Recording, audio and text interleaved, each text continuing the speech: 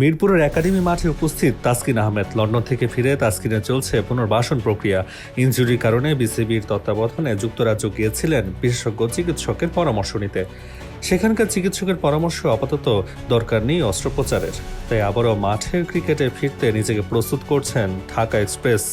Academy মাঠে 100 metre দূরত্বে running করেন তাসকিন। দৌড়ানোর সময় বেশ সাবলীলই মনে হয়েছে এই পেসারকে।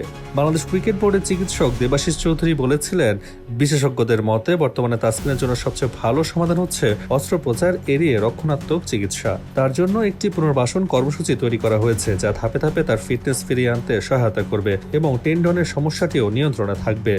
আমরা তার উন্নতির ব্যাপারে আশাবাদী। এই পুনর্বাসন প্রক্রিয়া সম্পূর্ণ হবে বাংলাদেশ জাতীয় দলের মেডিকেল ও ফিজিক্যাল সাপোর্ট স্টাফদের সরাসরি তত্ত্বাবধানে।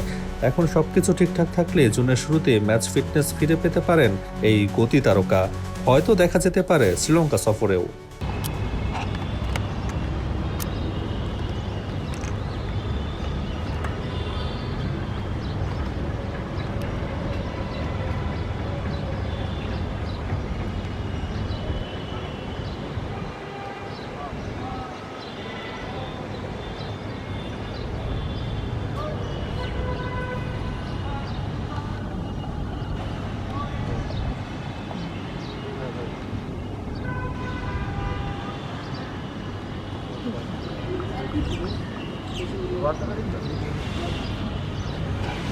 আচ্ছা